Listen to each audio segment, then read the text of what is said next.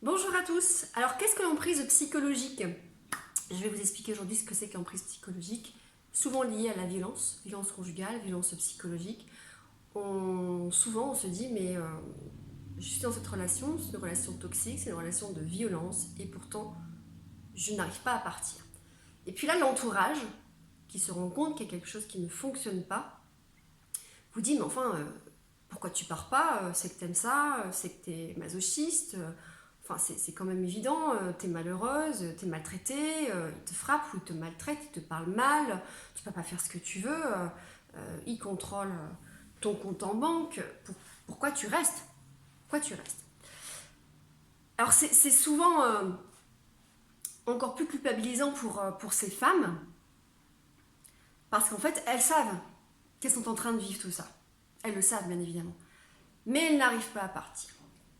Alors, outre le fait que souvent chez ces femmes, de mon constat, en tout cas de ce que j'ai pu constater en cabinet, puisque j'accompagne beaucoup de femmes en violence, violence conjugale, psychologique, on retrouve souvent les mêmes schémas.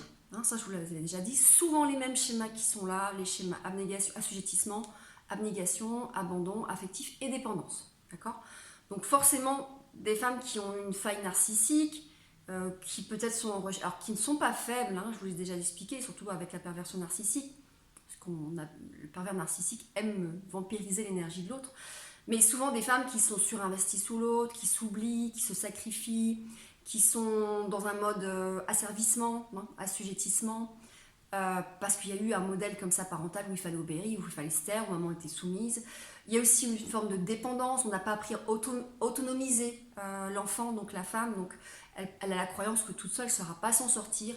Et souvent elles sont attirées par le même genre de personnes, un peu charismatiques, qui ont l'air protecteurs comme ça, où elles se disent oh, je vais pouvoir me reposer sur lui, et puis voilà, en fait c'est souvent le même genre de personnes. Donc déjà il y a les schémas. Outre les schémas, une fois que le couple est installé, il y a le cycle de la violence conjugale, et puis tout ça est fortement corrélé avec l'emprise. Dans le cycle de la violence conjugale, il y a 4 étapes. La première étape, c'est d'abord la phase où... il y a d'abord la lune de miel, la rencontre, le prince charmant, monsieur est idéal, monsieur comble de cadeaux, monsieur va dans le sens de madame, ou madame va dans le sens de monsieur, tout n'est pas forcément dans un sens unique. Il y a aussi des hommes maltraités. Tout va très vite, c'est le prince charmant, c'est l'homme idéal, on se dit c'est l'homme de ma vie, d'accord. Et puis voilà, il va avoir l'installation, le bébé, quelque chose qui fait que vous allez vous retrouver en tout cas enfermé dans le couple. Et là, le cycle de la violence va pouvoir commencer. Donc il y a d'abord toute la phase de tension. La phase de tension, c'est cette phase où monsieur va commencer à faire des remarques, à faire des critiques, à critiquer la nourriture, à dire mais pourquoi tu rentres tard. Il y a une tension qui s'installe, qui est palpable, et puis donc la femme sent bien cette tension. C'est comme si elle était déjà un petit peu voilà sur le qui-vive, et elle se dit mais qu'est-ce que j'ai fait, qu'est-ce que j'ai pas fait, je devrais changer ça, je devrais changer ça, c'est vrai que j'ai peut-être mal fait ça, c'est vrai que mon poulet n'était pas cuit, c'est vrai que je suis rentrée tard, c'est vrai que j'aurais pas dû dire ça. Elle s'interroge aussi, donc il y a la phase de tension qui peut durer très longtemps, mais qui crée un sentiment déjà un peu de peur et de tension chez la femme. La deuxième étape de la violence, ça va être quand la violence a éclaté, ça y est, c'est tombé. Et là, bizarrement, la tension va un peu redescendre chez la femme puisque la violence a eu lieu. Et là, forcément, derrière, il y a cette incompréhension qui s'installe très vite. Alors, derrière, il va y avoir dans le cycle de la violence les explications. Et pourquoi j'ai fait ça, d'accord? Donc, monsieur va se trouver des excuses. Ou va trouver des excuses, c'est-à-dire oh oui mais tu sais j'étais sous l'alcool, oui mais tu sais je travaille dur en ce moment, oui mais tu sais je suis fatiguée.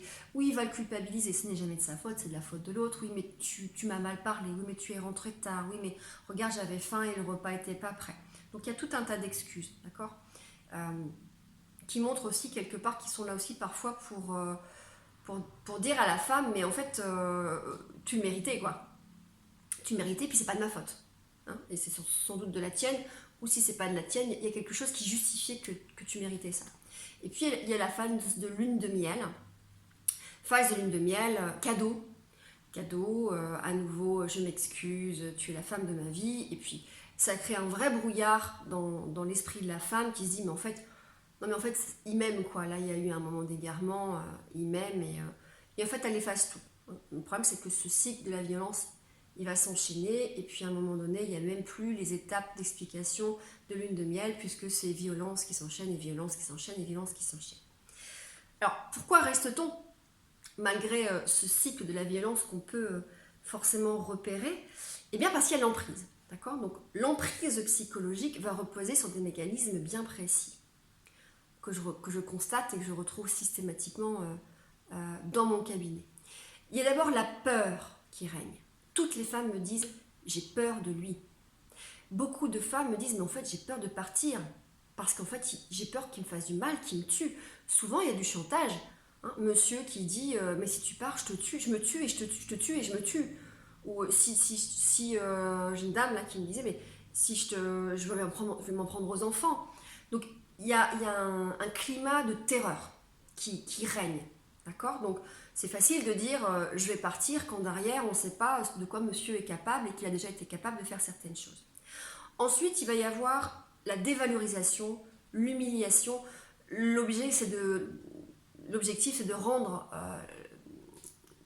en fait, on s'adresse à un objet, c'est-à-dire qu'il y a une déshumanisation de la personne qui est considérée comme un objet, qui est rabaissé en permanence. Donc il y a beaucoup d'humiliation, de dévalorisation. Il y a aussi l'isolement. On va couper, on va isoler des relations en disant oui mais tes amis sont pas à la hauteur, ils sont nuls, mais qu'est-ce que tu fais avec eux, mais t'es nul, ils sont nuls. Voilà, on va en tout cas faire en sorte d'isoler la personne pour qu'elle soit vraiment sous emprise. Il me reste encore une petite chose que j'ai oubliée, il y a le sentiment d'impunité, c'est-à-dire que alors la culpabilisation, il y en a deux encore, la culpabilisation, c'est-à-dire que quoi que vous fassiez, et c'est bien ça qui rend dingue aussi dans l'emprise et surtout dans les relations avec un pervers narcissique, c'est que quoi que vous fassiez, l'autre va vous dire mais c'est vous le problème, c'est vous qui êtes malade, c'est vous qui avez mal compris, c'est vous qui avez interprété. Et tout ce que vous allez dire va être retourné contre vous et on va s'en servir. Mais c'est parce que c'est ta blessure d'enfance. Tu vois, c'est encore là, tu as encore mal réagi. Et vous en devenez folle. Vous en devenez folle parce qu'effectivement, vous croyez que vous avez un problème. Et l'autre va vraiment tout axer sur vous en termes de responsabilité et lui n'a aucun problème. D'ailleurs, souvent, on ne les retrouve pas en thérapie. Ou si on les retrouve en thérapie, c'est bien plus tard pour d'autres raisons. Et puis, il y a ce sentiment d'impunité. Donc, sentiment d'impunité, c'est de dire, moi, aux yeux des autres, je suis quelqu'un de parfait. D'ailleurs, à l'extérieur, les messieurs peuvent, au travail, avoir une super image, à l'extérieur, avoir une super image avec les amis. Mais en fait, une fois à la maison que les portes sont fermées, d'accord, c'est juste l'horreur. Et puis, on a le masque qui tombe et la vraie personnalité qui apparaît. Donc, sentiment d'impunité, c'est je ferai en sorte de ne pas être puni, moi. D'accord? C'est-à-dire que même si demain tu veux partir, c'est toi qui seras puni, puisque je dirais que c'est toi la folle. Moi, tout le monde voit que je suis bien, et quelque part, tout le monde va se rendre compte, c'est toi qui avais un problème, et tu n'as aucune preuve de ce que tu avances, puisque moi, aux yeux de tout le monde, je suis plutôt une personne qui est bienveillante, quoi. Alors, voilà effectivement tous les mécanismes de l'emprise associés au cycle de la violence. Et c'est bien ces deux concepts, ces deux mécanismes qui font que c'est extrêmement compliqué de quitter quelqu'un. Moi, j'ai des dames que j'accompagne depuis 2 ans et elles partent pas, ou en tout cas, on y va tout doucement.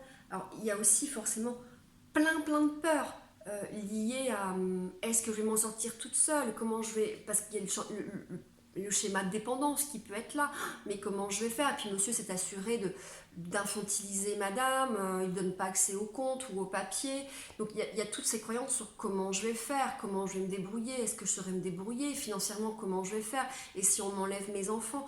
Donc il y a vraiment tout ce travail, en tout cas toutes ces peurs à identifier, à travailler, donc au niveau des schémas, mais aussi au niveau de l'emprise, redonner confiance à la femme qui est complètement perdue et qui se dit de toute façon, je suis incapable de m'en sortir et je suis responsable et c'est moi la mauvaise personne. Il y a beaucoup de dévalorisation, énormément de dévalorisation, l'estime de soi est complètement détruite chez les femmes qui ont été sous emprise ou emprise d'un narcissique, d'une personne violente ou dans la violence conjugale. Voilà, j'espère que cette vidéo vous aura été utile. Je vous rappelle que j'ai fait toute une vidéo sur la violence conjugale sur ma chaîne YouTube. Vous pouvez y avoir accès dans la playlist violence conjugale et violence psychologique. Voilà, prenez soin de vous, à très bientôt.